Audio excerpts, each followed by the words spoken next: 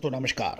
Colonel Ajay, CEO Ajay स्टो money group, first global स्टो finance digital channel से आपसे मुखातिब होता हूं। आज 25 जनवरी सन 2025 शनिवार। दोस्तों सर्वप्रथम कल 26 जनवरी सन 2025 है, हमारा गणतंत्र दिवस है।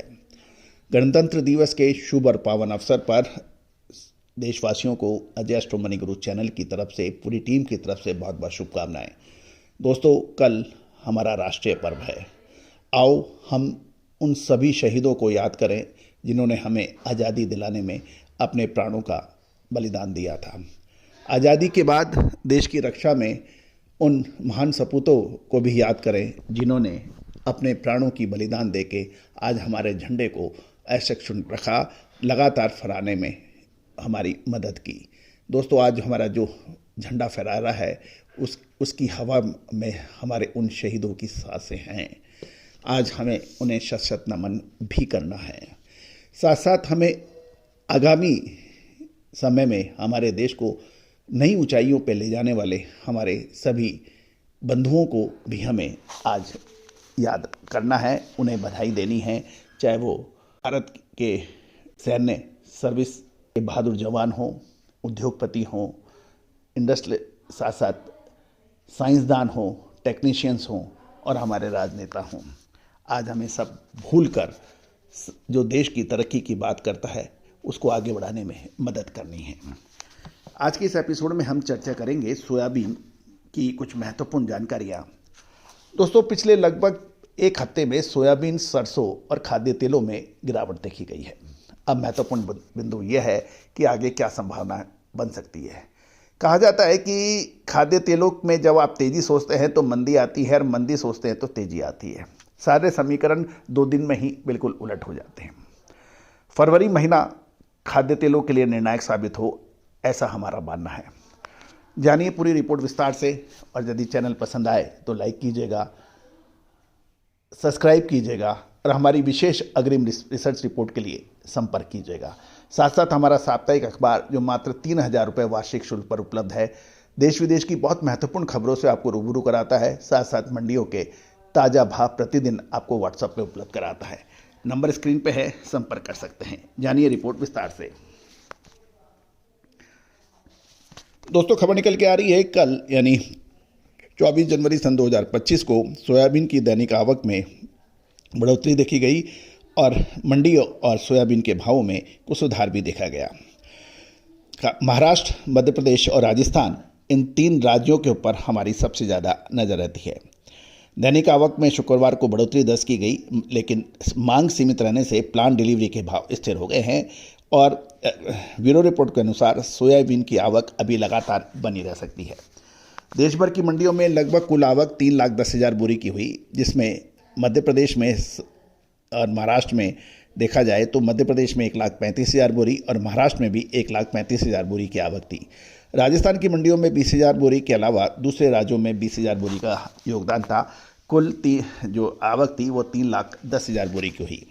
सबसे पहले मध्य प्रदेश की मंडियों से भाव ले लेते हैं। 4,000 से 4,350 रुपये प्रति क्विंटल बताए जा रहे हैं और महाराष्ट्र की मंडियों में सोयाबीन के भाव 4,000 से 4,275 रुपये प्रति क्विंटल बताए गए हैं। राजस्थान की मंडियों में 4,000 से 4,400 रुपये प्रति क्विंटल के भाव पर ट्रेड होने के समाचार थे। दूसरी ओर मध्य प्रदेश में यदि हम प्लांट डिलीवरी के भाव देखें तो ये 4,350 रुपये प्रति क्विंटल हो गए, 4,275 से 4,350।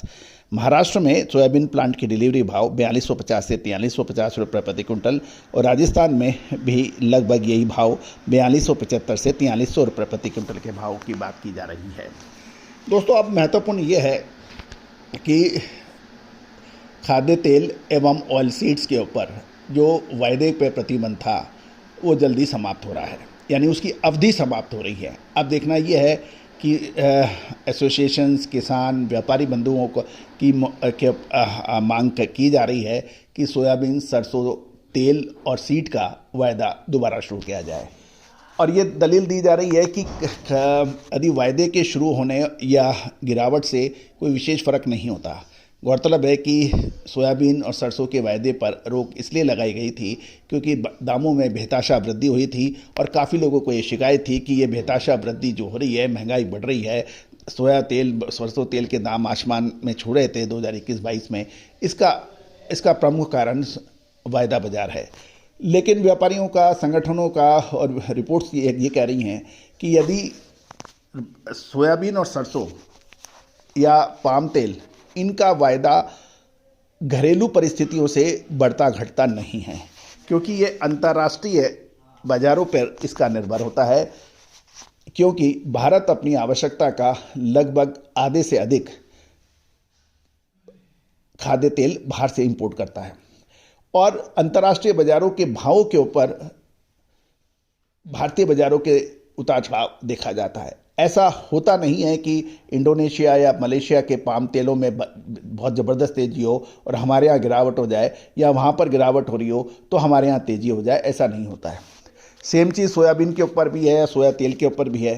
तो आज ग्लोबल विलेज है, तो पूरे विश्व में भावों का अंतर बहुत कम होता है, तो किसानों को और व्यापारियों को अपनी पोजीशन हेज करने के लिए वायदा बाजार मदद करता है। यदि किसी भी व्यापारी के पास एक बड़ी क्वांटिटी में माल है और बाजार गिरने की आशंका है और उसका माल बाजार में नहीं बिक रहा है, तो वो वायदे बाजार के अंदर अपनी पोजीशन को हेज कर सकता है। इसके विपरीत आपको माल खरीदना है, आपने ऑर्डर हैं, आपको एडवांस में लगता है कि भाव बढ़ सकते हैं, तो उसके लिए भी वो हेज कर सकता है। मेन मकसद व्यापारी एवं किसानों को उनकी उपज का सही दाम दिलाना ही वायदे बाजार का उद्देश्य होता है। लेकिन कहा जाता है कि इसमें भी कुछ लोग गलतियां ढूंढते हैं और गलतियां करते भी हैं। बिजली का काम है मशीन चलाना, बिजली का काम है आपकी घर की रोशनी देना, फैक्ट्री चलाना, लेकिन कुछ लोग किसी को मारने के लिए भी बिजली का इस्तेमाल कर लेते हैं, तो वो उसका दुरुपयोग है।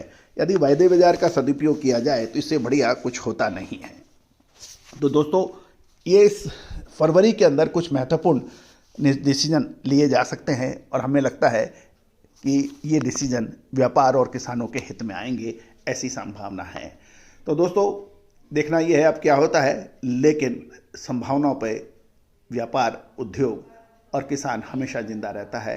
किसान अच्छी उपज, अच्छे दाम की आस में अपनी फसल बोता है, व्यापारी अच्छी दाम मिलने की आस में माल खरीदता है और उपभोक्ता सही दामों पर अच्छी क्वालिटी का माल मिलने की अपेक्षा करता है। तो हमें इन तीनों के बीच में सामंजस्य बिठाना चाहिए, हमारी यही भावना है।